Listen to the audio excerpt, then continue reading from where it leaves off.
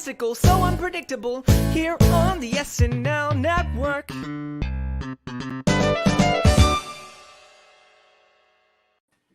Yes, so welcome on in, everybody, to the Saturday Night Network here for the week number 2 roundtable covering season 48, episode 2 of Saturday Night Live, hosted by Brendan Gleeson and musical guest Willow. My name is Jon Schneider from the Saturday Night Network. So excited to be with you on this Monday night, as we are every Monday night throughout the season, to talk through everything on our Roundtable, the show where I get to talk to some of my favorite people about Saturday Night Live, and we talk about the sketches that we want to talk about here.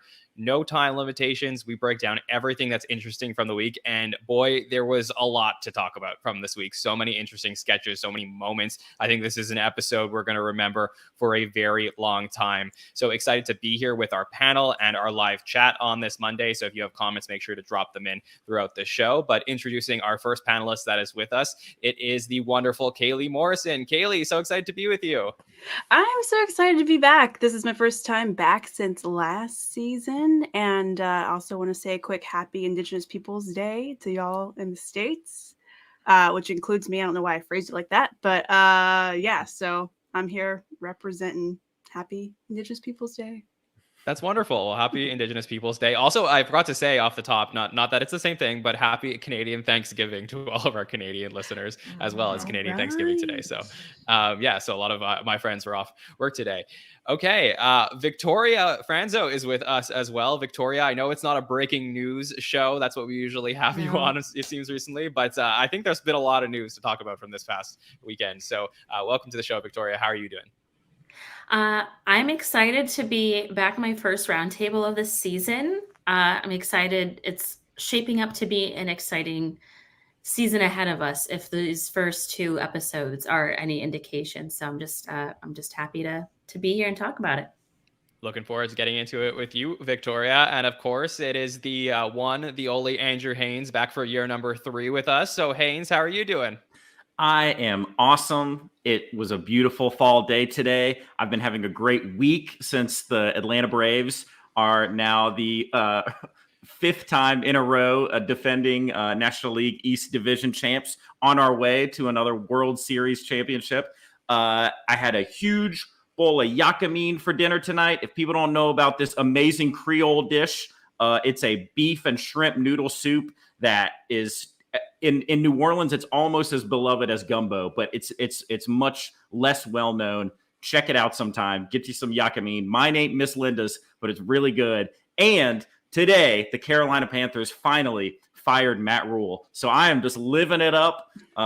It's a great day. I was going to say happy Indigenous Peoples Day as well. I'm in a great mood, and I can't wait to talk SNL.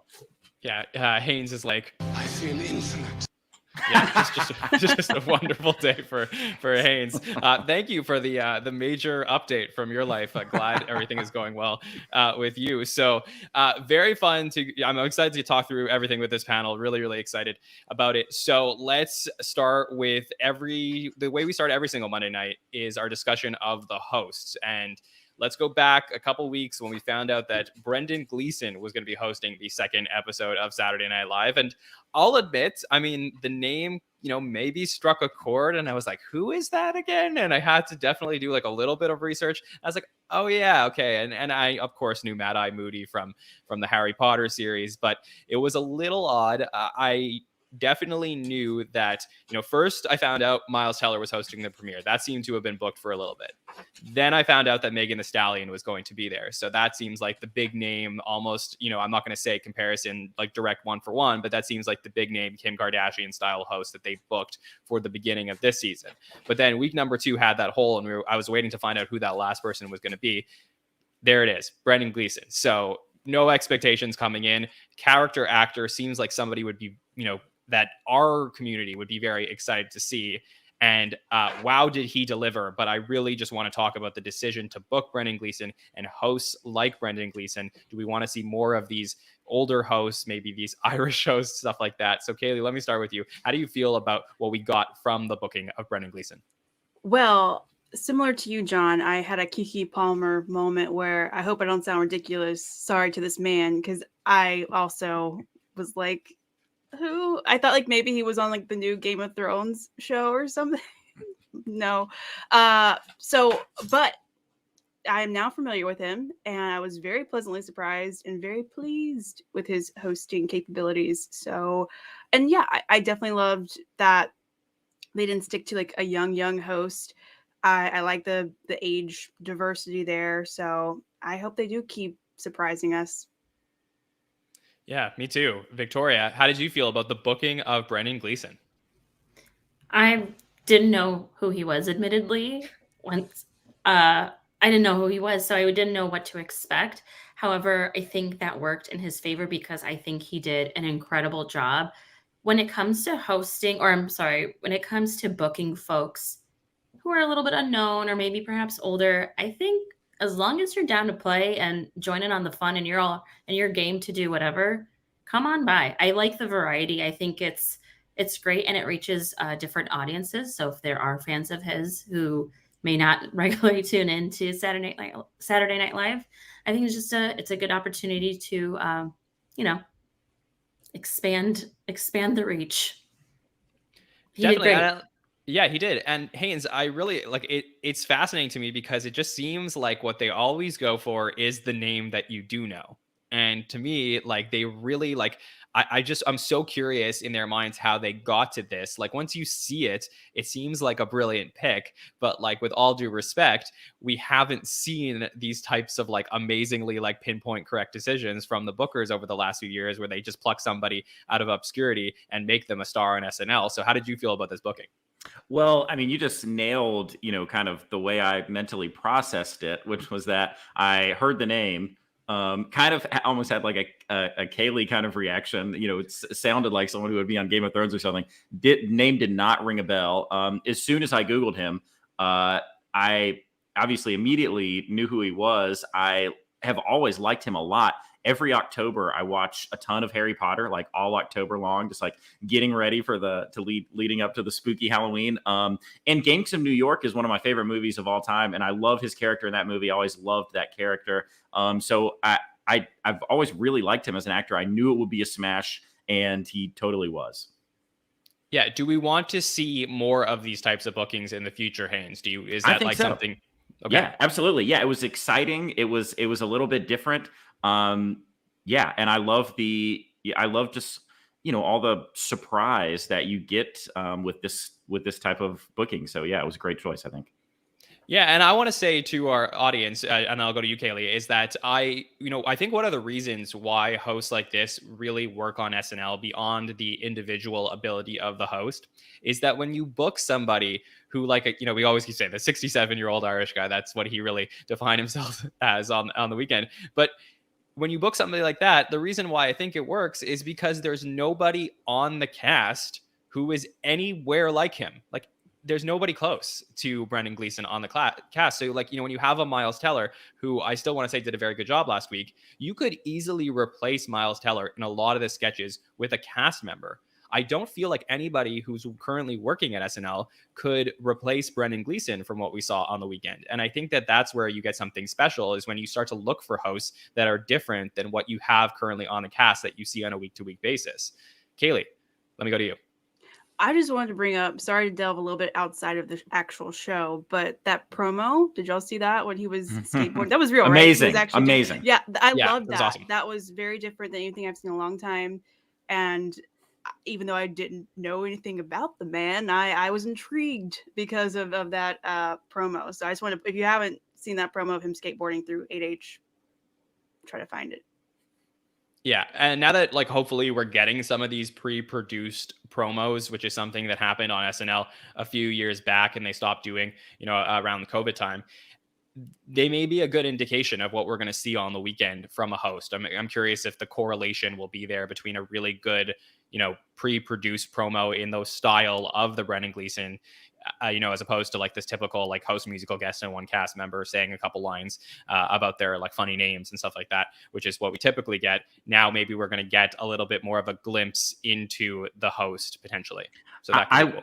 I would love that. And, even with all the cast turnover, you knew that this was going to be a very fresh and new season, but that kind of stuff just really adds to it. And I didn't expect it to feel as exciting as it has, and it really has. And great point about about not being able to replace Brendan with anyone from the cast. I mean, I've always said that my favorite hosts are stand-ups because obviously they're going to crush the monologue and they're good with comic timing and delivery generally. But the cast is full of stand-ups, and this is it's not full of classical stage actors, and they always do a great job as well. It was just a great pick and a great episode, I think.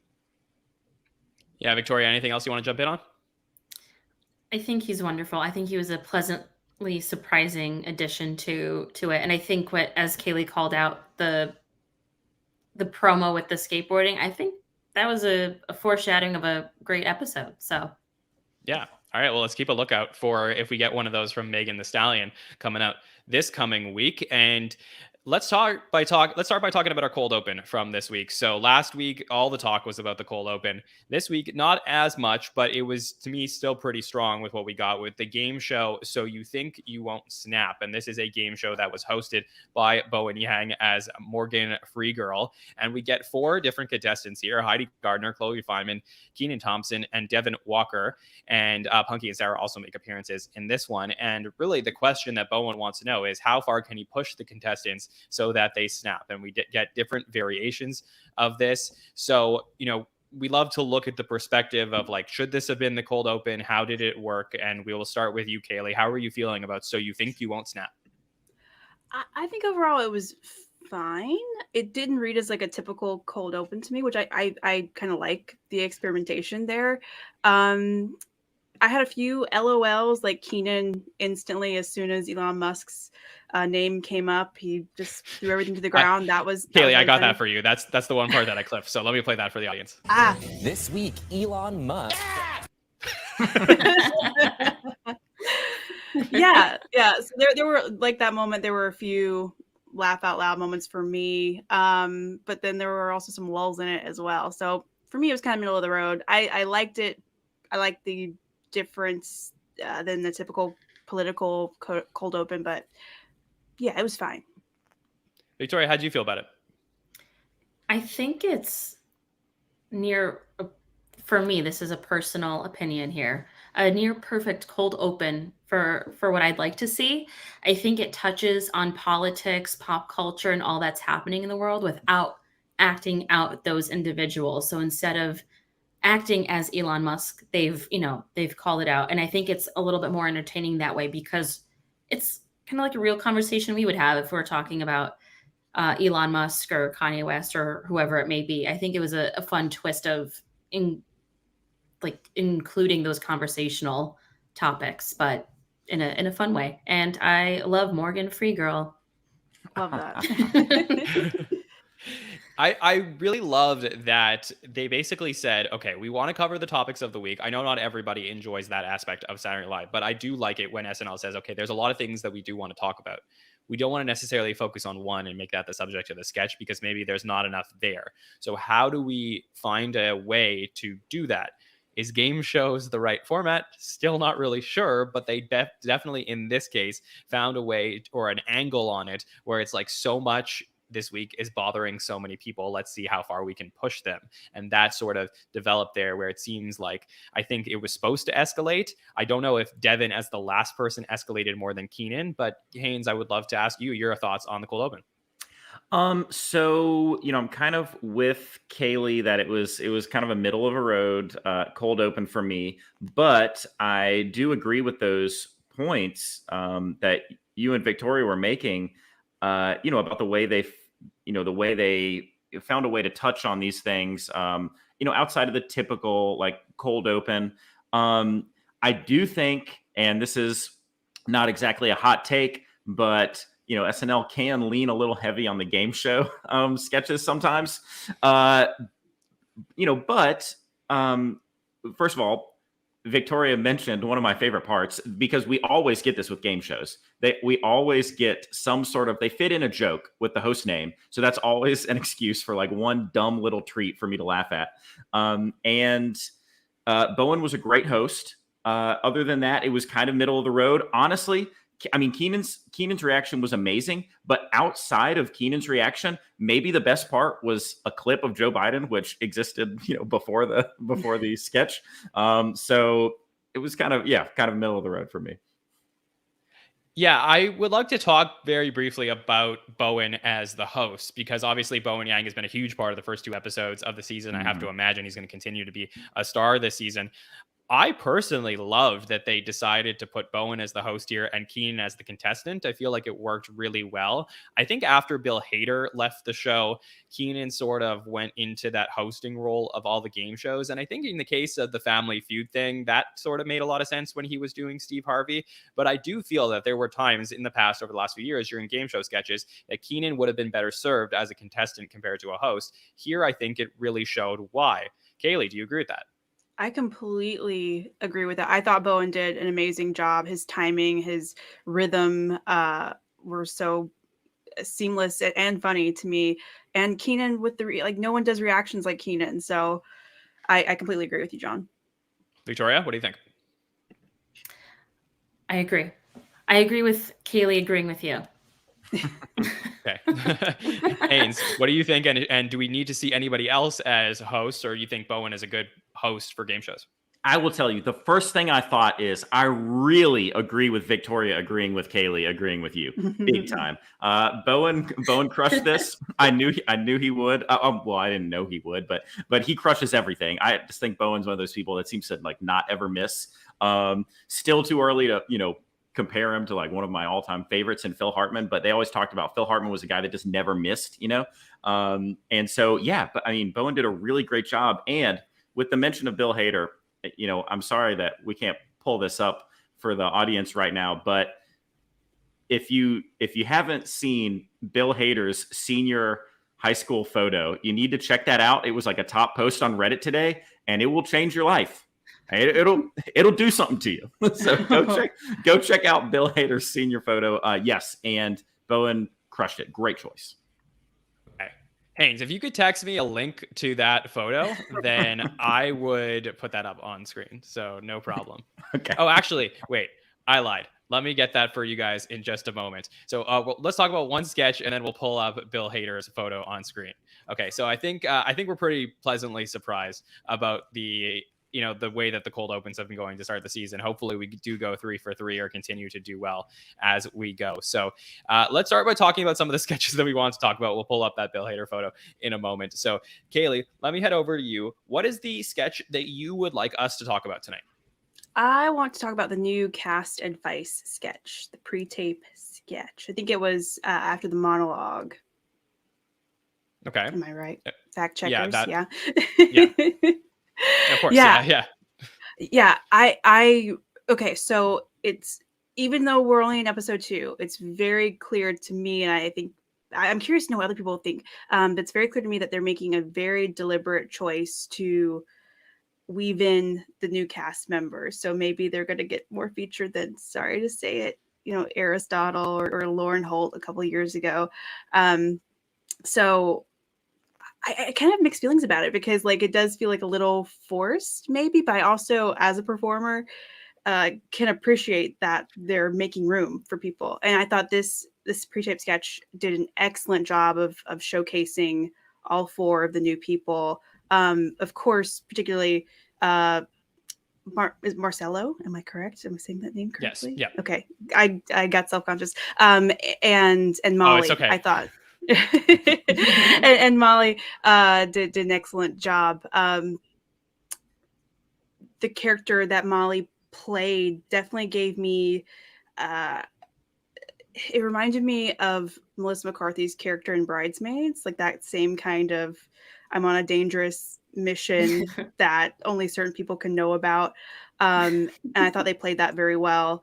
And also, I thought that the joke surrounding the pronouns was just the perfect way to handle that, because I'm sure there's a lot of people in the audience that unfortunately are not up with the times. And I thought that joke and how they delivered it was phenomenal. And I laughed out loud. I laughed so hard at that. So, and I believe this sketch was written by Colin Jost. Yeah. And yeah, I really appreciate that he wrote this, I think, by himself, as far as I know. That was really impressive to me. So not surprising, but always impressive that Colin Jost. So yeah, I just really appreciated this one. And I thought of all the ways that they've been weaving in the new cast members, this was the most effective and made me start to fall in love with all of them. For sure. I mean, I definitely, we're going to break this down and I want to talk about Molly's role in this. And I think that they were fantastic. Let me play a little clip from Molly in this sketch. But you know what Will Ferrell and Adam Sandler never did? Kill Vladimir Putin. Yes. And really the talk was a lot about killing Vladimir Putin and the different comparisons from cast members in the past. And as I get Victoria and Haynes' opinion on this sketch, I would just like to point out that on second watching this, I so much more appreciated how well Michael Longfellow, Marcelo Hernandez, and Devin Walker played this, because they were so calm and so normal in this that it really accentuated the differences between Molly and them. And I'd love to get, I have a point, but let me go to Victoria first, and then I'll bring that up. I'll save that for in between Victoria and Haynes. So Victoria, what were your thoughts on the new cast advice pre-tape? In a word, phenomenal. I really, really loved it. I really enjoyed it. Someone in the comments mentioned that they're doing a better job of including these newer cast members in the sketches this year, and I would agree with that.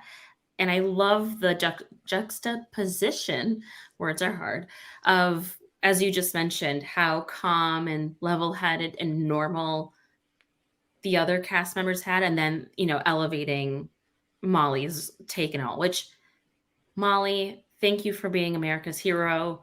And and for going on that mission for all of us. So just want to say thank you to them for that.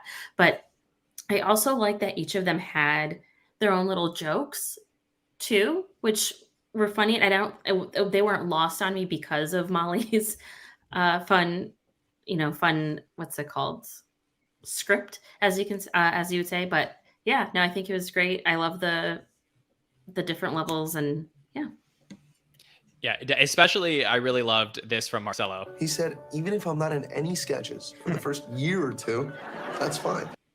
Which I think was very good. Obviously, Marcelo ended up going and having a great night, very similar to how Michael Longfellow in the previous week, there was a joke made about him only being in the cold open, and then he turned out to be on Update as well. So there was a lot there. Haynes, I want to get your opinion on this pre-tape, but tell me what you think of this. So I watched it again, and I said to myself, okay, Colin Jost wrote this. Interesting. Sort of feels like a Mikey and Streeter thing. And you may be saying to yourself, well, wait, why? Because Mikey and Streeter, they weren't in it. Doesn't necessarily feel like the typical thing. But I go back to the fact that Mikey and Streeter, I believe, contributed a lot to the Close Encounters sketches that we got with Kate McKinnon. And I feel like this was written exactly like a Close Encounter sketch, where you had the different people who had their experiences meeting the aliens, in this case, Lorne Michaels. And then you had the one person who was like, that wasn't my experience. So I wonder if there was sort of like a little bit of inspiration there from that particular long running sketch that we got with Kate. Well, absolutely. The structure is pretty similar to those. I think it would be, it would be impossible to assume that, since Colin read all of those scripts at some point, all of those sketches at some point, obviously there's back and forth influence, when you're sitting in, rooms reading and writing with folks. So yeah, you're right. I hadn't thought about that, but it did really reflect that similar structure.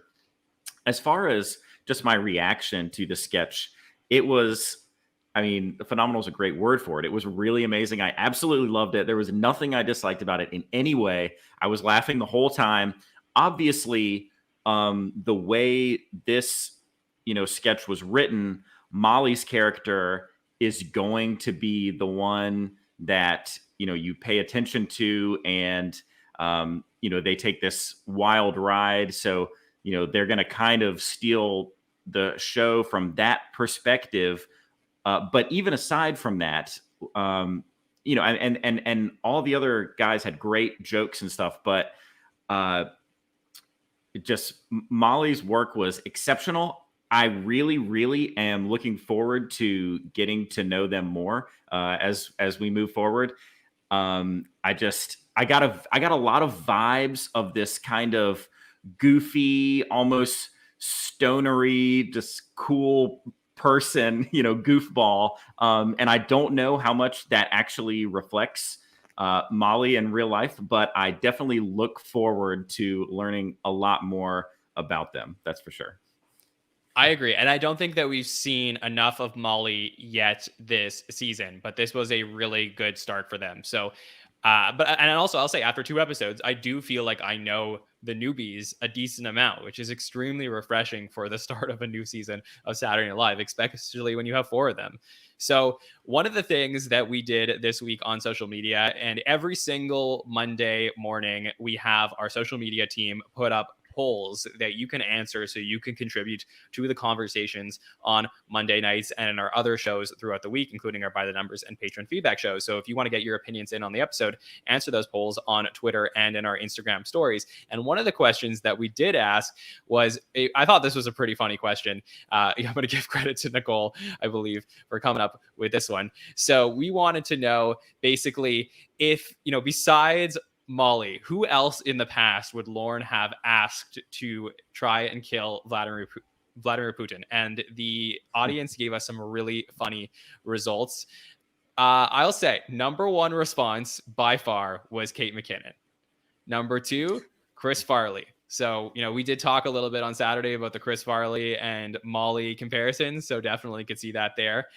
I think, we had some funny answers. Our friend Monette in the chat, I see, mentioned Kyle Mooney and Beck Bennett.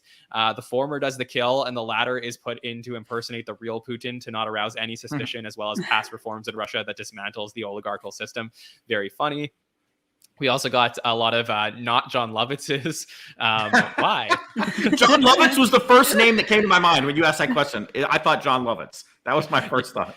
Yeah, jealous. Sure. Exactly. Some other good ones, Tina Sarah Palin, Brooks Whelan, of course, Vanessa Bayer, got a few Instagram votes, and Norm Macdonald, the late great Norm Macdonald. Wait, did you say Brooks Whelan? Of course. Yeah, well, as if that's what I was supposed to jump to. Right. So yeah, there's some really funny answers online. If you want to write them in as well, maybe we'll bring up some more on our patron feedback show later on in the week. Okay, so we're going to get to the next sketch that we want to talk about, but let me take a break to thank our sponsor for tonight's podcast, and that would be the high school picture of Bill Hader, which is up on screen on YouTube. So thank you for setting this over. So this is a little bit of a visual thing for our audio listeners if you want to come check this out. But Kaley, what do you think? I thought it was a Backstreet Boy wannabe named Steven. That's Okay. what I'm getting from this. I would never guess that was Bill Hader. Wow, that hair. Mm-hmm. Yeah, I want to run my fingers through it. Yeah. Okay, Victoria, what do you think? This little cutie sold me a compact computer at Circuit City once upon a time, and I bought it. Let me just say, this is the type of person that I would go send to kill Vladimir Putin. So unsuspecting. Absolutely. Seems like the right person for it. So just add a leather jacket. Yeah, for sure. So great job, Bill. We're gonna one day when we get the Bill Hader interview on the Saturday Night Network, we'll bring this back up for some fun. Okay, let's go to the next sketch that we want to talk about. Victoria, I will head over to you. I would like to talk about what's it called? Oh man, headshots. Yeah, headshots. Yeah, headshots. I think I really want to talk about it because I think it was a very cute moment between Brendan and Colin Farrell, and I think I love more that they've worked together such a long time ago and are still buddies and friends. And he came out to support him. I think it was a great way to sneak Colin back in to the show and do something cute together. I love their friendship, and that's something I really wanted to highlight. I love Andrew Dismukes in a beard. Bill Hader 2.0. Maybe. I think, yeah, I said Will Forte a little bit. Oh, we'll talk about it. No, but I think it was a fun way. We haven't seen something like that in a long time. It felt very, like early 2000s-esque type sketch of getting a photographer and, they're being silly and, double shy boys and cute double shy boys. And then I love the element of Tiger Beat because I used to buy that religiously. And then on the, Irish shy boys on the cover too. I think it was funny that, it's a cute twist of like, oh, of course the young gentleman, Michael Longfellow, wants to get his headshots, but then his cute grandpa steals a show, and then hot Colin Farrell comes in and they're doing a cute photo shoot together. So I just thought it was cute. That's my word for it. I feel like this will stay in our lexicon for a very long time. Double cute shy boys. Yeah, just the I have to say, I pull these down clips every week, and I have to thank one of our interns, Julia, who helps me pull these. And I was listening to them, and just like the way that Andrew speaks, like, You can move your huge ass. like I would never imagine that voice coming out of that body. Like I almost like if we were playing the voice and I'm like turning my chair around, like it's like he looks like Andy Samberg, but he sounds like that. And it's very jarring to think about. Even just even this line, Bite that lip and pop that hip. like he's so good with everything he does. He's absolutely incredible. I'm so happy to have Andrew on this cast. Haynes, how do you feel about the sketch? I liked it a lot. To comment on the vocal work by Andrew Dismukes, it was so like tough and like masculine, but like artsy. It reminded. I bet that's the way Ernest Hemingway like lectured people. Like being like, it's about honor and valor. And so first of all, this sketch was pretty funny to me. I really thought that. But that this and the high school sketch were maybe his best work throughout the episode, and I think he did a great job overall. This sketch he really nailed, going through all the motions, just taking on all the different sides of that character as we slowly, but not too slowly, see him come out of his shell. So it was a good sketch. It built the right way. It had a great ending. Yes, it was cute. It was fun. It just gave me warm laughs. Yeah. Yeah. It was wholesome and funny. Yeah. I just think Andrew's bringing something that we really were missing for like a long time throughout the previous era of the show, which is just like seeming so like unsuspecting, but being so freaking weird. And I think that's wonderful. Like even this line, which I keep thinking about and laughing to. That was the funniest thing I've ever seen in my life. And I've seen Seinfeld. Yeah, and I've seen Seinfeld. So well written, so well done. Kaley, how do you feel about the sketch? I really liked it. I really, really enjoyed watching the kind of slow build of Andrew Dismukes and him turning out to be nothing like what I expected. And I thought this was a great showcase for him. He was so committed to his character, the deadpan. It really worked. But this sketch was also very endearing. Like when the grandpa character came in, like, I just want to give you your fedora. Like, it was just really sweet in a weird, odd way. To, like, that I've all seen that viral TikTok video of the 100-year-old man getting taken to Disneyland. It had kind of that vibes where it's like we're seeing like an older gentleman. I mean, Brendan Gleeson is not 100 years old. Let me make that clear. But we were getting to see a grandpa character really getting to be in the spotlight and celebrated, and that was really endearing, I thought. I thought it was great. Now, my big question about this sketch, because I really think it was working on all levels, even on a second watch, I felt even stronger about it.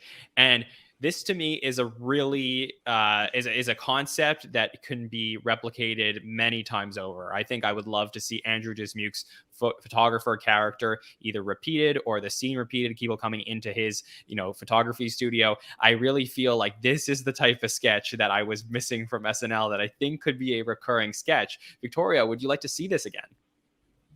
Yeah, of course. And yeah, that's not a question. I would love to see it over and over again. I do also want to call out my favorite line from the sketch. Why so shy, cute boy? And that's going to be my pickup line moving forward. Okay, good. Let us know how that goes. I will. I'll report back. Thanks. Haynes, would you like to see this again? Do you mean this exact sketch, like another headshots sketch, or just a similar type of structure and format? No, another headshot sketch. I'm asking if you'd like to see either Andrew Dismukes' character again, or like a similar sketch of people like coming into the studio again. Well, listen, that's a anytime somebody comes through a door, that's, we're getting to introduce a character, that wasn't here a second ago. So you've got this kind of, setup and then this little surprise. So that's fun. But I would love to see that character develop. I would love to see whatever his name was, the photographer. I would love if we got a few of those where the character actually developed. We learned more about that character, and the shots and the poses that people are doing will be funny, and people coming out of their shell maybe will be funny. But I'm a sucker for character development, and I would love to see that little guy turn into someone that we can really laugh at in a lot of different ways down the road. If we learn, like what we think we can get from this character, but we're still, every sketch we're learning a little bit something new that you didn't expect. That would be great. It would create kind of a legend, the most interesting man in the world kind of vibe. I would love for that. Yeah, and I don't think we really have a recurring Andrew Dismukes character at this point, from what I can remember. So. Yeah. So, Kaley, what do you think? Would you like to see either this recurring sketch or the recurring character? Definitely as to the character, maybe the sketch, but similar to what Haynes is saying, definitely some kind of twist or variation on it. I would love to see if it is a headshot sketch. I would love to see like some wild physicality from the subject of the photograph. Maybe there's animals involved. I don't know, but something that really breaks it up. And that was like the only thing that I was left craving was a little bit more physicality and like the poses or something, just for like a nice screen picture. But yeah, I definitely would not mind seeing Andrew play this character again. Yeah, and I do want to say from the chat that, a lot of people have felt like, oh, they wouldn't want to see this again because it was one and done and so perfectly done. And I would be very curious. I really think that this is something that the SNL writers, like, I would challenge them to find a way to use this character again and make it feel somewhat unique. I think that would be exciting. Just because we haven't seen an Andrew Dismukes recurring character, and it would be fun to see what they could potentially do with that. So I would love to see that. Okay, Haynes, over to you for the sketch that you want to talk about. Well, there were several really good ones tonight. And I would have been happy to talk about any of them, but I am going to bring up the sketch where Sarah Sherman gets her eyeballs replaced. This was pretty amazing to me. I'm definitely a 10-to-1 kind of guy. And this was just, it was funny from the start. I mean, this goofy gag, you're obviously waiting to see what she's going to reveal as she's been holding her head down. It kind of, reminded me of Tim Robinson, eating the hot dog in the meeting on I Think You Should Leave. I had like a little bit of that vibe going. I'm going, okay, what's she going to be doing down here? And then she pops up with the googly eyes. Googly eyes have always been popular. Everybody gets a kick out of googly eyes. But it was full of great lines. And I love the way that, she seems to portray so many of her characters with this, big drama. Like everything is so dramatic, and when she goes on Weekend Update and she's busting Colin's chops, everything's so dramatic. It's so over the top. But it doesn't get old to me. Not yet. It hasn't felt that way. It's funny every time the way she leans into the drama of these things. And it just had a ton of great lines. I mean, she's saying stuff like, well, I got new eyeballs to improve my appearance. People are laughing at that. And then she realizes that, she can replace them. It'll be fine as long as she's refrigerated her eyeballs, and she pulls them out of her pockets and goes, realizes she hasn't had them in there in 72 hours. And I loved when she was like, can you guys smell them and tell me if they're still good? And by this point we're realizing she's really blind. It seems like she probably can't see anything while she's doing this. And she's going, and you're smelling them and they're good. I just love the way that she doubled down on that. And And plenty of other good lines. City of Angels didn't make me laugh, but Keep Austin Weird definitely did. Denver, keep Austin weird. Like, I just got a laugh out of that dumb line. And then her little exit speech, like, don't pretend like it actually wasn't a little bit motivational. Like, people were like, the audience didn't clap just because it was funny. They loved the way her character like exited that room when she said, if you don't pay attention, like life will pass you by if you blink, or whatever the line was. I'm goofing up the line, but it was a great exit. And just I thought top to bottom very funny sketch with plenty of attack on the awkward. It was very Sarah Sherman. I loved it. Let me ask you something about that exit, because I was, again, pulling sound clips today from that sketch, and I was listening to what she said, and I saw on Saturday during our Hot Take Show chat, someone's like, oh, no Jewish jokes from Sarah. And I was like, wait a second. Listen to this line and tell me if you hear what I'm hearing with this, okay? And with that, ladies and gentlemen, I bid you all adieu. I think you're hearing things there. I think you're a little bit desperate for the Jew references, but I'm pretty sure that, wait, one more time. And with that, ladies and gentlemen, I bid you all adieu. I'm pretty sure that was. It's a strong J sound. J sound. I will give you that. I'm pretty sure that was that. But yes, to Haynes' point, I think last year with Sarah Sherman sketches were really fantastic. I think a lot of people's minor criticism was like Sarah was like putting on a very Sarah Sherman voice. However, in this sketch, I love the fact that the character almost felt like they had their own voice. Sarah was like the cadence with all the lines. I really loved the start of this where basically the sketch kicks off like it's going to be, I almost reminded me a little bit of Debbie Downer in a sense, where she goes like, nobody noticed I got my eyes replaced. And then like that break, you expect there to be like a theme song pop up, and it's like along comes the Janine, like whatever it is. And that, I expected something there, but I really felt like all the lines, like Haynes said, were extremely on point. Kaley, let me head over to you. What were your thoughts on the eyes sketch? Okay, so I have to say this one did not quite hit for me, but I wonder if a big part of that is because I didn't get to watch it live. I had to watch it the next day, and it was spoiled for me because I saw pictures all over the internet of with the eye, so I knew what was coming. So I wonder what it would be like to see with fresh eyes. But yeah, so I thought Sarah's performance was great in it. I agree. The soliloquy. There was a really funny button at the end where they ended up using her slogan. There was part of me that wondered, and I'm not trying to start any trouble, but there was part of me that wondered, like, is this problematic? I don't know what the jury says on that one. For who? But, I mean, electing people with googly eyes. I don't know. I'm not saying it was or it wasn't. I just wondered is what I'm saying. I wonder electing not to be able to see maybe like read a little off to me, but hey, I'm just putting it out there. I don't know. So I would be curious to hear what other people think about that. But yeah, again, I thought her performance was great, but I didn't laugh. Sorry. Okay. Well, that's fine. Yeah. Different things work for different people. So Victoria, I would love to know where you are at about this sketch. I thought this was a great piece of Sarah.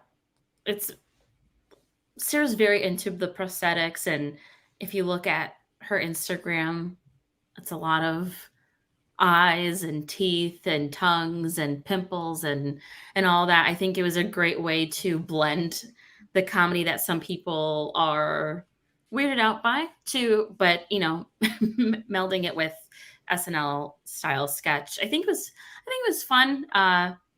Wasn't my favorite of the night, but I do think it was well done. I also want to give a shout out to Brendan Gleeson in this. He is not a corporate American man, but I love that he tried. I love that he really tried. This was his worst performance of the night, that character. Yeah, I think it's his worst best. Like that's like the best worst performance, because it was funny. He was clearly not, not that character, but it was just funny that he was just like, legally we could not say anything or whatever it was. No, I think it was fine. I do appreciate that Sarah's kind of putting more of herself and her style of comedy into these sketches, even if it's a little weird. And Ferris Bueller, we can't go wrong. Yeah.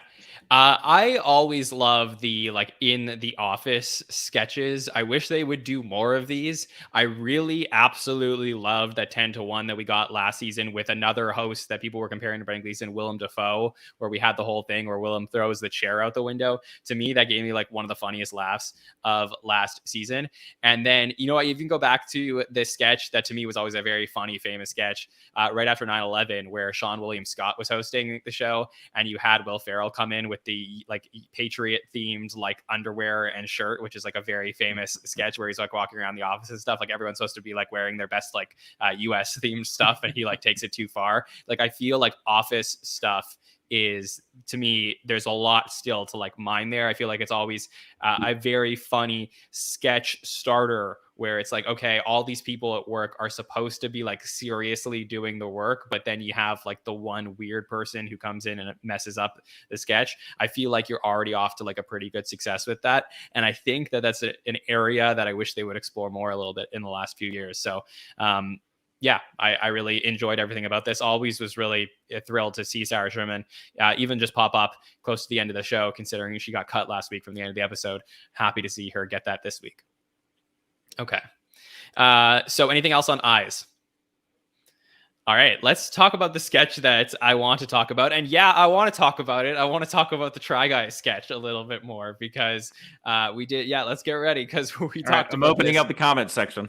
Okay, yeah, covering my googly eyes because I really just felt like, you know, I watched this a bunch of times after, you know, just being real. We posted the, you know, our little highlight clip from the Hot Take Show on Saturday night, which you know, if you haven't seen it, I venture you to go check it out. Check out mine and Bill and Andrew Dick's thoughts on the sketch from right after the episode, and it was a fun like disparity in the discussion, the conversation. But we posted it, and like the comment section was absolutely nuts. Twitter has been absolutely nuts about this. So obviously there's a lot of angles to tackle with this sketch. But to me, I think that, you know, I tried to break down for some other people who are not like very strong SNL people, like what really makes this sketch work well. Because to me, this was probably like my highlight of the night. Maybe one of them. The night was fantastic. But I think Brendan Gleeson in this sketch was built in as the representation of everybody who does not understand why this is, I would say Brendan Gleeson is built in as the representation of the people who are so utterly obsessed with this, and they never would have been before this happened. So like people who probably didn't know who the Try Guys were, but now have like jumped onto the bandwagon of how important this is. And then Ego is the representation of everyone who's just like, why is this happening? And I think the character construction there was so smart. Let me play a couple lines from Brendan, and then we'll break this down with the rest of the panel. But really loved just the start of this when Brendan goes, "Sorry, Laura, I'm getting breaking news that the Try Guys have now in fact responded to the whole Ned Fulmer situation. Wow." And it's the subversion of expectations, right? Because you don't expect this older Irish reporter to have any interest or know anything. You don't expect to be watching CNN and them talking about the Try Guys stuff. But, you know, the lines that he uses like this. First off, Eugene, Zach, Keith, it's an honor.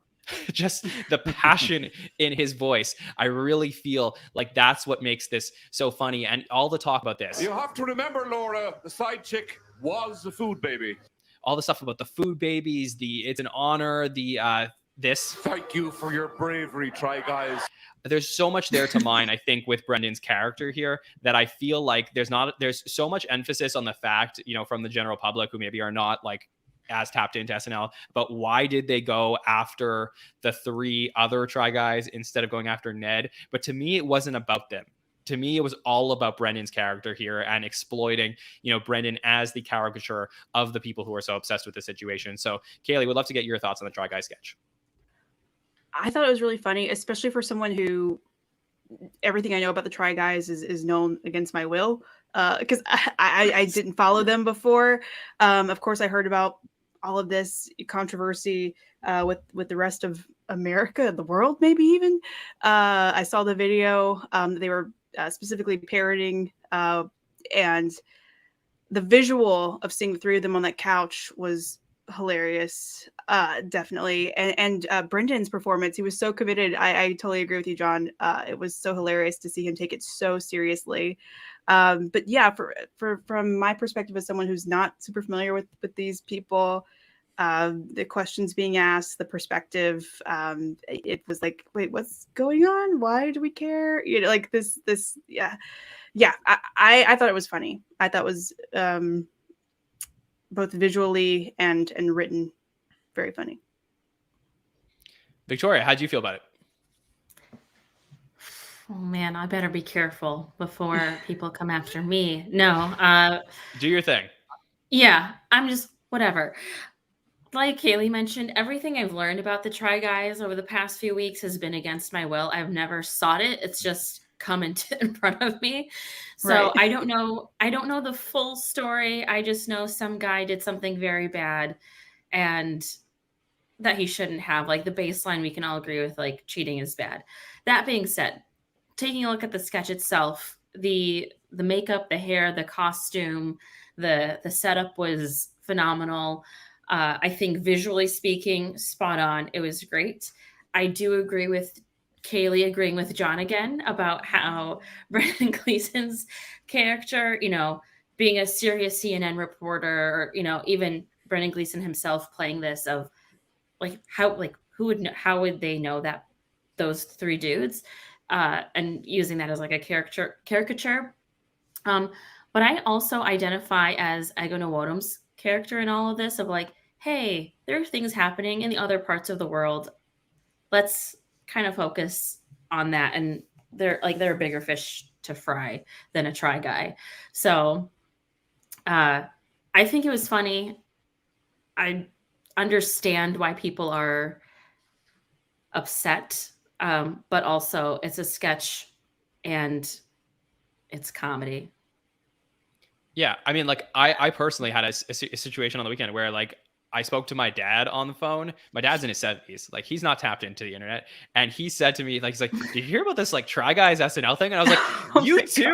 Like, how did you hear about it? Like, it's like the perfect representation of what this was trying to say. Is like the disproportionate care about the situation. Look, I'm not justifying anything that happened. I'm not saying Correct. that, you know, like Ned wasn't in the wrong. I'm not getting into all the nitty gritty details because I understand people will be like, you don't understand. You don't understand what Ned did. I get it. Okay. But I'm Yeah. saying just as far as like looking just at the SNL sketch, like it is making fun of the fact that the world seems to like really care about this. Right. So Haynes, what was your perspective on it? Well, let me say, I do not understand what Ned did. I do not understand who the Try Guys are. I probably won't anytime soon. This was listen, it was still a pretty funny sketch. The way it started, I kind of was shaking my head a little bit. I was like, oh man, this is going to be another, you know, TikTok reference or something that I don't know because I'm not like surfing TikTok all day. And sometimes when we have those sketches, I'm like, okay, well, this is for, you know, a different set of fans. I'm not getting the references. You know, sometimes the characters are funny, but usually I'm not getting some of those references. Had no idea who the Try Guys were. I know nothing about the controversy, but the sketch still turned out pretty well to me because even though, you know, I wasn't familiar with them, like you said, you know, the joke is about this guy who's just so passionate about this thing that can't possibly be as important as like real news, being so passionate that he's losing his professionalism, you know, on screen. And even though that's the only joke, so it's kind of one note in that way, and they're like beating that same joke over and over again. I still got laughs out of it, like throughout the whole sketch. You know, they were decent lines, and again, you know, Brendan Gleeson just did a really great job selling, you know, the goofy passion for something that, you know, even as someone unfamiliar with the Try Guys, I got the vibe that this was something we're not supposed to be that excited about, that we need to be talking about it during this,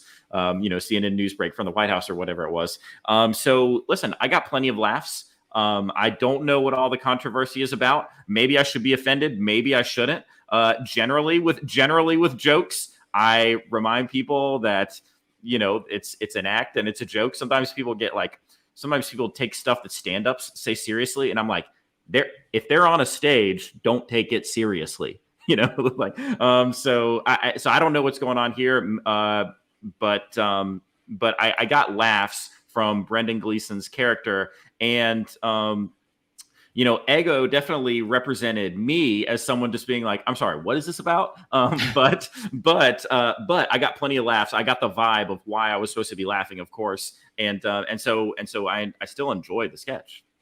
Yeah, I think Haynes articulated that much better than I did. Of just, the joke is everyone's fixated on the Try Guys when there's much larger news. And I like that juxtaposition of having it air on CNN, and, like, we're trying to get to the real news, but they keep going back to this video of these three dudes. Not just, again, I don't want to minimize the actions of Ned and all of that. It's very wrong. And just clarify. I don't even think SNL was trying to minimize the actions of Ned. Like, I don't even think that was the thing. And that's what, like, sort of frustrated me about the general public response to this sketch, which was like thousands upon thousands of people were so upset that Saturday Night Live attacked the people who were supposedly, and rightfully so, probably innocent in the actual situation. But this sketch wasn't about the actual situation. This sketch was about the reaction to the situation. And it just made me feel like most of the people that were upset about it didn't even get to watch the sketch to begin with. And that was what was frustrating, because truth be told, Saturday Night Live has done stuff like this for decades. Maybe not recently. Satire Day Night Live. Yes, exactly. Wow. Thank you, Haynes. I love it. And yeah, they would go after the public and political figures and famous celebrities for this exact thing for years and years and years. And it is really fun to me. And I really hope that next week there's no like commentary on the Megan Thee Stallion episode about the reaction to the sketch, because I don't think that's necessary. But I would say, like, it's fun to me that like they sort of like went with it, and then they're like wiping their hands of it. It's like, okay, yeah, we made fun of the people who care about the situation. And I think like that's what SNL should be. And I actually really, I don't know, the focus for me too was Mikey breaking and laughing a lot during that sketch. I don't know if anyone else caught that, but he kept looking down and smiling and laughing. I don't know that I see him break too much. It brought me back to Fallon. That's what I was going to say. So. Yeah, he's not one that you usually see break, but he was definitely trying a little bit at a few moments. Yeah, to keep it together. That was funny. All right, Kaley, anything else on this one? No, I just agree. I think it was more of a statement on the bizarreness of how encompassing it was, rather than the actual controversy. So yeah. I agree. I agree with myself, agreeing with John, agreeing with Victoria, agreeing with Haynes. Yeah, I think we're going to be talking about this sketch for years to come. And one of the questions that we did ask this week on our polls was, did you know who the Try Guys were before seeing the SNL sketch? And I think from what I understand on the panel, only Victoria, you're the only one who knew who they were prior to this, like prior to the whole sketch or scandal, really? Yeah, again, I watched them years ago. I haven't since they first started. And then this whole situation just was on my For You page. TikTok thought I needed to see it over and over again. Well, we did ask our audience, and they said about 70% or 71.19% said that they knew who the Try Guys were before seeing the SNL sketch about them. So I was curious. It seems like, I mean, you would think the people online would naturally probably more likely to know about the Try Guys in the first place, but I thought it was some interesting data to think about. And I thought that one of the other things I was doing, I was taking my notes yesterday for the episode, and I was looking down at the impressions that, Andrew and Bowen and Mikey did from this, and I was like, okay, so Mikey Day plays Zach Kornfeld, and I wanted to look, okay, how exactly do I spell that? So I go to Zach Kornfeld's Wikipedia page. All of a sudden I see, hey, Zach from the Try Guys appeared on an episode of Saturday Night Live. kind of crazy. So we posted that clip on our social media. You can go find that at our Instagram or our Twitter at the SNL Network. And we posted that all the way back in the day during the Elijah Wood episode of Saturday Night Live, Zach from the Try Guys appeared in a Wake Up Wakefield sketch. That sketch very famously hosted by Rachel Dratch and Maya Rudolph with Jimmy Fallon and that a bunch. So that was kind of fun, like a weird connection that oh yeah, Zach, Eugene, Keith, like go in on SNL. Well, you know what? Zach appeared on Saturday Night Live. So there you go. Okay. Kaley, is there anything else from the episode that you would like to bring up tonight? I just want to say that my favorite when it comes to hosts is when they get an actor who's maybe known for more serious roles, and he even made the joke in the monologue about no one saw the black and white Macbeth that I did, because the way that they commit to the seriousness of a scene and their objective in the scene is just so funny to me. So that's just kind of my general thought for this man I did not know previously, but hey, I think I'm a fan now of Mr. Brendan Gleeson. And yeah, I'm just excited to see how they continue to work the newbies into the fold. So we shall see. Haynes, you want to jump in there? Not much. He said, right? Didn't he say Joel Cohen's Black and White Macbeth? Is that what he said? Is that what he said? Or did I mishear that? Oh, he said something. I heard him say Black and White Macbeth, and I thought he said Joel Cohen's Black and White Macbeth. And if he wrote that adaptation, I would be interested in seeing that. I don't know anything about Banshees of Inisherin. Is that the thing that he was promoting, kind of? Is that the thing that's coming up? Yeah. But I'm a big Coen Brothers fan. Sorry to get off topic. I guess I'm the only one who heard that. No problem. Okay, Victoria, is there anything else from the episode that you would like us to talk about? I just want to give a shout out to Blood Oath. Okay. I love it, and I know we don't want to compare too much, right? But it did remind me of The French Chef with Dan Aykroyd as Julia Childs, and and it's like blood. It was a fun, I don't know, it was a cute little haha that I gave out. And overall, just Brendan Gleeson did an awesome job. I think he was down to play, and it showed, and he really jumped in. So yeah. And shout out to Marcelo Hernandez's Weekend Update. Well, let's take one at a time, because we'll get to that. So let's talk about Marcelo in a moment. Let's talk about Blood Oath, because you did bring that one up. So on Saturday, I mean, there was a lot of discussion about, if the blood thing works for you, the sketch worked for you. I didn't really notice throughout the first watch of this how much fun Brendan was having with the spraying the blood, including going behind the back and spraying it in Keenan's face. I thought that was really great. Haynes, did you like Blood Oath? Yeah, I did. And Victoria, that sketch that you mentioned with Julia Child, that might be my earliest SNL memory. I mean, I was not watching it live. It was obviously a rerun that I was seeing, but I remember seeing that at my grandparents' house, thinking it was so funny. I watched the Hot Take show. I watched Bill just completely hate on the sketch.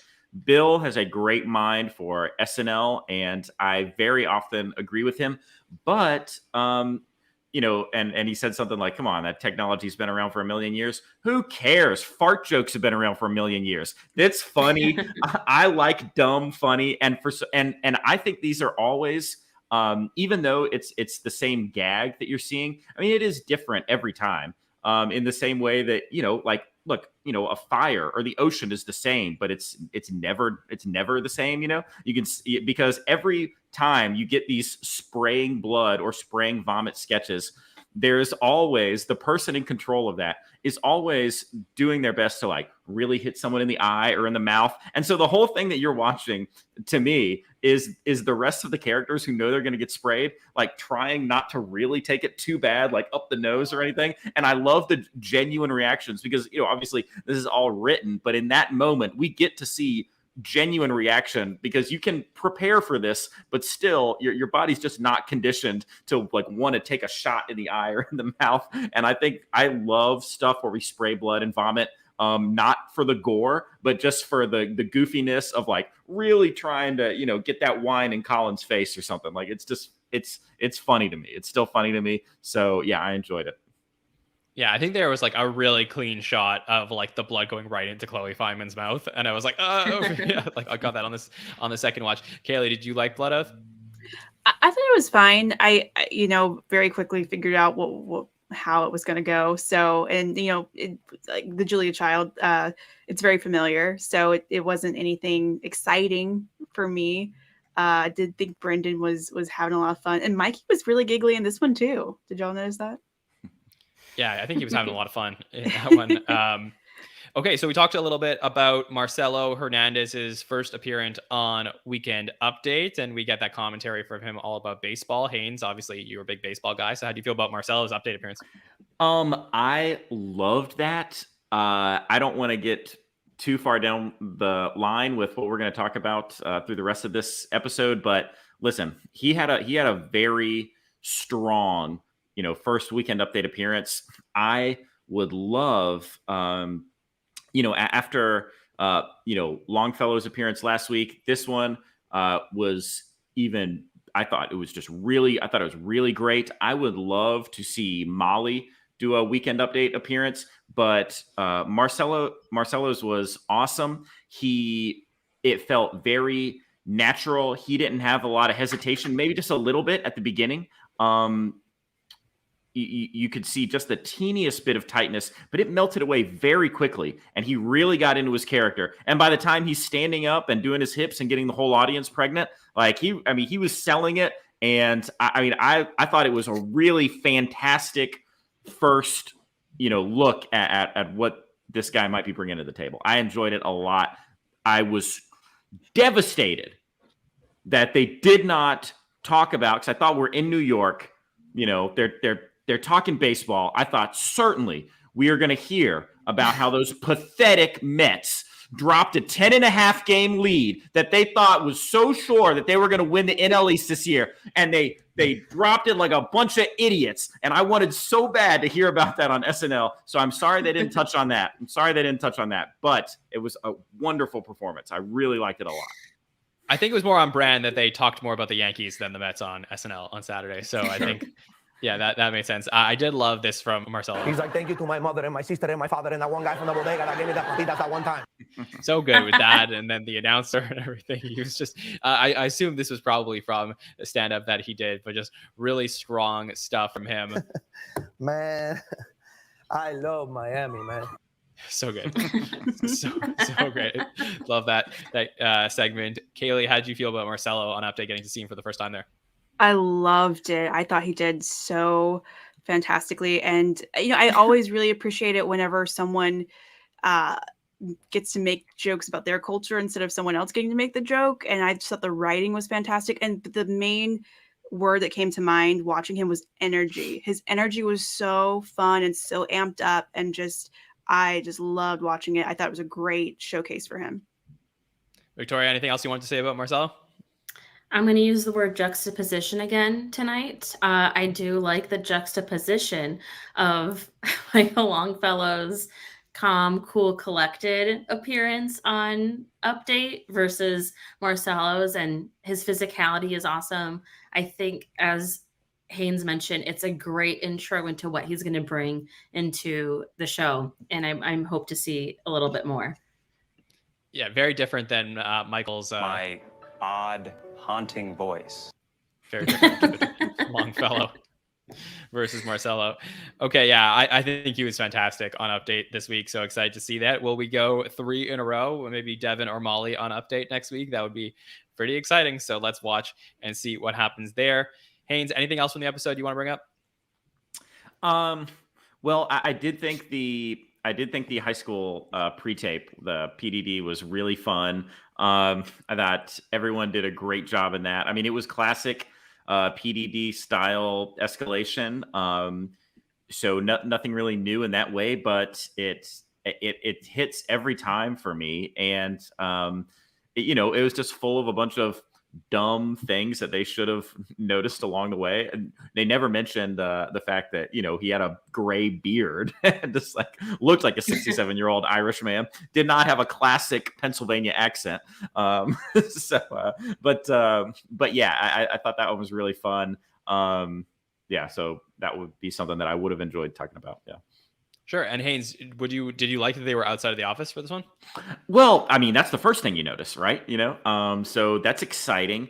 I don't know what that means for the future. Maybe it'll be an occasional thing. Maybe they'll never be in the office again. But it was, it kind of frees you in a way. We know that we're not pigeonholed with the office stuff forever. Although, I mean, that's kind of a cool brand to have. If they did, ended up doing 100 of these things, and they never left the writer's room or their office. I mean, that would be funny, but that's in the past now. They're taking it outside the box, and it was just funny. It was just a classic funny PDD bit. Kaley, how do you feel about our first edition of Please Don't Destroy for the season?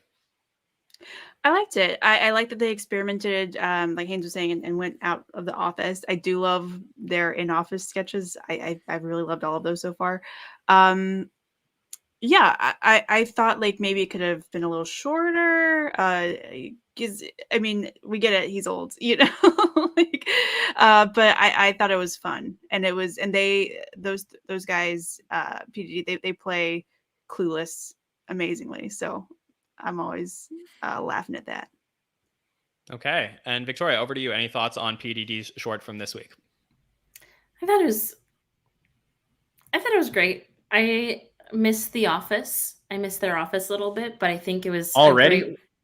Yeah, already. No, but I think it was. I mean, I spent all summer without their office, Sure. So I was hoping for one coming back into it. But no, I think it was great. I love, again, I'm repeating myself. I'm a broken record, but I do love how much Brendan Gleeson was down to do whatever and embrace pretending to be a 17-year-old, which is so silly. And I think he did it well. And yeah. Oh, no, never mind. Go ahead. Okay. I guess a little bit of tease, but yeah. So I'm actually a little bit surprised because I feel that I was thrilled to see them not in the office. I mean, I wouldn't mind seeing the office as like the home base where they check in every now and then with something, but I was very happy about that. And I was absolutely stunned when we asked this week on social media, do you prefer Please Don't Destroy in the office and out of the office? And almost 80%, over 80% on Twitter, in fact, said that they prefer Please Don't Destroy in the office versus out of the office. This is crazy to me because I do feel like they could get into a little bit of a rut if they stay there. Haynes, am I wrong? Well, so that's the debate, right? So, getting outside the office obviously opens you up to, a lot more that you can do with where, obviously you can take it these things can exist anywhere. So that adds a lot more to the potential of the situations and the story that you can create, unless you pull kind of you could just pull that trick where they're in the office and essentially like daydreaming that they're outside the office and all these things are happening. So you still have avenues for that from the office, but the office felt like their brand. It felt like their brand until the sketch. So now it's like, okay, we've discarded that brand that were only exist in the office. So it did feel like, you're stripping away, they made a they made a joke during the do you think you could snap, when I think Heidi has to see, or someone has to see his, Mario played by Chris Pratt. And it's like, he's not Italian. That's his whole thing, So I think there's a lot of people going like in the office, that's their whole thing, So it feels like a stripping of that brand, but I think we should be excited about the potential for what it could lead to. Let's not live in the past, folks. We're all trying to learn and grow here. So I see good things coming. Yeah, me too. I wouldn't mind if they went back. I also occasionally, but I also love Monette's suggestion in the chat, which is like similar to what, Bill and Andy did with Laser Cats. I wouldn't mind seeing them exploring other aspects of 30 Rock, which we did get, throughout the digital short eras, getting to see different aspects of the building. So I think that they could play around with that. It doesn't always have to be in this like fictional setting, like the high school party or the Three Sad Virgins filming the music video type of thing. So I think that there's, once I got this, it made me very excited for season 2 of Please Don't Destroy on Saturday Night Live. I think it's going to be really fun. Okay. So we have MVP results we're going to get to in a moment. I will just say overall, checking in on my Monday thoughts on this episode, I was really, impressed with Brendan, as we all said, but mostly I really loved the structure and feel of this episode of Saturday Night Live. I loved looking through these sketches, and I don't think there was more than 7 people in any sketch in this particular episode. And the 7 was the cold open. I think we had 6 in the eyes sketch. And then every other sketch throughout the night had 3 or 4 or 5 people. And I loved seeing that. I think that makes for a really fun night. Obviously, you limit screen time, limit ability to see people. And I know people want to see their favorite cast members, but I think that the writing is so much tighter and stronger when you have sketches with less cast members in them instead of roll calling every single person. And then when you get the roll call sketch, it makes it that much sweeter if it doesn't happen that often. So I think for me, this was an extreme positive for what we got from this episode. All right, let's do MVP results for this episode. And we asked on social media who your MVPs were for the week. We're going to give you the top 5 from the audience, but I have to go around the panel and ask them for their top 3 from the episode, or at least the top 3 that they think the audience said for this episode. So let me get your guesses. Kaley, I will start with you. I'm going to say Molly, Marcelo, and let's go with Bowen. Okay. Okay, just keep in mind, you can pick Brendan, so it doesn't have to necessarily be Oli cast. So did you want to just sub in him at some point, or are you setting in with Molly, Marcelo, and then Bowen? I stand firm by my choice. Understood. Victoria? Close to Kaley's, but I'm going to do Molly, Brendan, and Marcelo as my top 3. Molly, Brendan, and Marcelo. Haynes? Wait, am I supposed to do a top 3, or are we actually picking an MVP? No, you're doing top 3. Okay. Well, the one is your MVP, but who do you think? Yeah. So listen, I overall MVP, I'm going Brendan. Okay, because there was a few stumbles during the monologue, and as we discussed earlier, I didn't think I was seeing his best acting during the eyeball sketch, but I feel like he really kind of was crushing all his other roles. Right behind that, though, very close, I thought the weekend update was so strong that it was Marcelo was really right there. And then after that, I will go Bowen because he nailed the host and then just, stole my heart as the Lantern Firefly. The Lantern Firefly was last week. So. Yeah, that was last week. I just realized that. I was saying that. Sorry, I watch a lot of SNL guys. I'll stick with Bowen anyway because he crushes everything he's in. Okay, that is fair. All right, let's reveal the results for week number 2, our MVP results, which you can vote on every week on social media. Here we go. In first place is Marcelo Hernandez for the first time in the MVP poll, comes in at 28.21%. None of you said Sarah Sherman, who crushed that eye sketch, but Sarah Sherman comes in number 2, 20.51. Our host, Brendan Gleeson, comes in 15.38%, so Brendan makes the top 3. Number 4 was Molly Kearney at 10.26%. And then Andrew Dismukes coming in at 8.97%. So a little bit surprising. No Bowen Yang for this episode, who won our MVP poll last week. So we'll see if, who I think he had a great episode, but obviously the audience felt like there were other people who had a stronger episode. So that is okay. And we'll see what happens in week number 3. All right, let's turn the page from Brendan Gleeson to our double duty host and musical guest next week, Megan Thee Stallion, who we saw at the beginning of season 46 as a musical guest with Chris Rock. And obviously she's continued to become such a huge celebrity, was recently appeared in She-Hulk as well. And you have to think that SNL loves their Marvel. So very excited to see what Megan Thee Stallion will do this week. Kaley, can I get your thoughts on your expectations for this coming episode? I'm so excited to see Megan Thee Stallion. She's just naturally, like, her lyrics are very funny.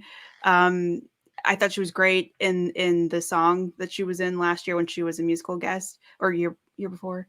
I forget. But either way, I'm really excited because I think she's gonna slay both hosting and performing. Yeah, Victoria, any expectations for you with the Megan Thee Stallion episode? I almost don't want to overhype it because I love Meg Thee Stallion so much, but I think it's going to be an incredible, incredible episode. She's funny on her own. If you look at her TikToks, and I've mentioned this previously, her jumping into that music video, like Mass Christmas with Jimmy Fallon, Ariana Grande, and was really funny in that. Performance-wise, she's got that in the bag. We know that's going to be killer. I'm excited to see what she's going to do as, co-comedian in next week's episode. I don't want to overhype it, but I think it's going to be a 10 out of 10 episode. Yeah, and as Nicole mentioned in the chat, she also recently co-hosted Fallon with him. So that was something I think we brought up in the preseason as something to look back on if we want to see how she could potentially do in that type of environment. Haynes, do you have expectations for the Megan Thee Stallion episode, and what are they? Yeah, I got expectations, and they're high. When she her musical performance in season 46, and we had some great ones that year, like with the fill-in Jack White and stuff, but hers was absolutely one of my favorite, if not the best of that season. I just loved the power of it. I loved all the messaging, the images in the background. I just absolutely loved it. I look so forward to this. Listen, more Black female rapper hosts, please. That's what I want.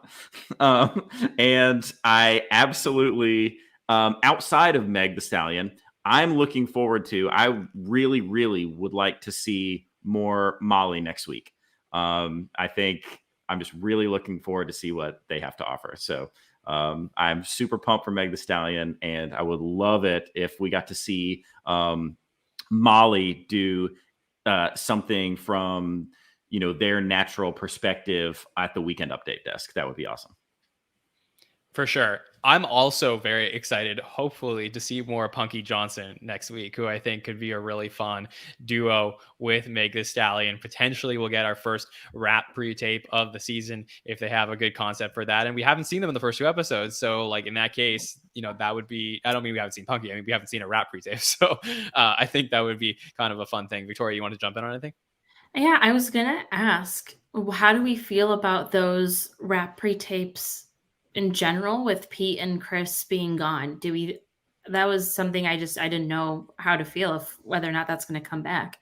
I think maybe perhaps because they did an all gals one with Kim Kardashian, but interested in seeing if that'll make a comeback. I think that's probably a spot for Punky Johnson. What do you guys think? Mm-hmm. I saw a little bit of this type of discussion happening online the other day, and someone was like, what if it turns out Andrew is like a really sick rapper? Yeah, that would be great. Yeah, don't know where this is going to go, but looking forward to finding out. Yeah, do we want to see Andrew say this? You can move your huge ass. Megan Thee Stallion? I don't know. Yeah, so we'll see. No, in Marcelo's words, I don't like that. No, definitely not. Okay. So I'm excited for Megan Thee Stallion. We'll continue to preview that all throughout the week as we look forward to week number 3 at the show, and then hopefully some news about what's to come a couple weeks later for week number 4. Okay, Kaley, Victoria, Haynes, what a fun episode breaking down this Brendan Gleeson show with all of you. I think, like I said, it's going to be an episode we're going to remember for a very long time. Happy that the chat was able to be so active tonight on this Monday night as well. Great seeing all of your thoughts. So coming up this week on the Saturday Night Network, we still got 2 more shows this week talking about this episode. And first up on Wednesday night at 8:30, we'll have Mike and Nicole back to reveal the screen time from this particular episode. Will be really fun to compare, like I said last week, to this week with some less amount of sketches for the particular cast members. How does that affect the screen time? Who ends up on top? What important analytics will be discussed? Mike and Nicole will reveal those live on Wednesday night and break down all of the numbers. So check out that By the Number show on Wednesday. And then Thursday night, we will be live. I think it's going to be a late one for our patron feedback show on Thursday, 10 p.m. Eastern, with 2 of our patrons, Will and Carlos, to answer questions from the listeners about the Megan Thee Stallion episode coming up, and also the Brendan Gleeson episode that just happened. So we will take all of those questions and answer them all on Thursday. So if you want to get your answers in, we have our patrons who are going to give their ratings for the number show. That will be released tomorrow on Patreon. So patreon.com/SNL Network if you want to contribute to the patron ratings. And then if you want to get your questions in for the patron feedback show, that will be out on Twitter and Instagram on Wednesday, the day prior to the patron feedback shows. Okay, Kaley, where can the listeners check out all the wonderful things you got going on, and how's everything happening with your podcast? What's happening over there? Yeah, well, we're on a little bit of a hiatus, but if you want to check out our older episodes, you can find my podcast, Twindigenous, along with my twin sister, at Twindigenous Podcast on Instagram. And you can listen to us on wherever you listen to your podcast. But also, you can follow me personally at ZE Kaley, that's Kaley, like Kaley Cuoco, Morrison, and on Instagram and Twitter. And also, October 30th, I'm doing a showcase at the Pit along with a lot of other talented people. And if you're in New York, November 13th, I'm doing a show about Mary-Kate and Ashley with my twin sister. Also at the Pit, you can go to thepit-nyc.com to learn more about that. But if you're an American Ashley fan, come in New York, come out on November 13th at 7 p.m. Maybe marry Kaley and Ashley for that one. I'm the Ashley though. That's the only issue. Okay. Missed opportunity. But but if I am in New York around the times that you're there, Kaley, would love to come out and see you, of course. Yes, looking forward to that. And if you're in New York, definitely check her out over there. Victoria, where can the listeners check out everything you got going on? Yeah, you can find me on Instagram at Victoria F, but replacing the first I with a period.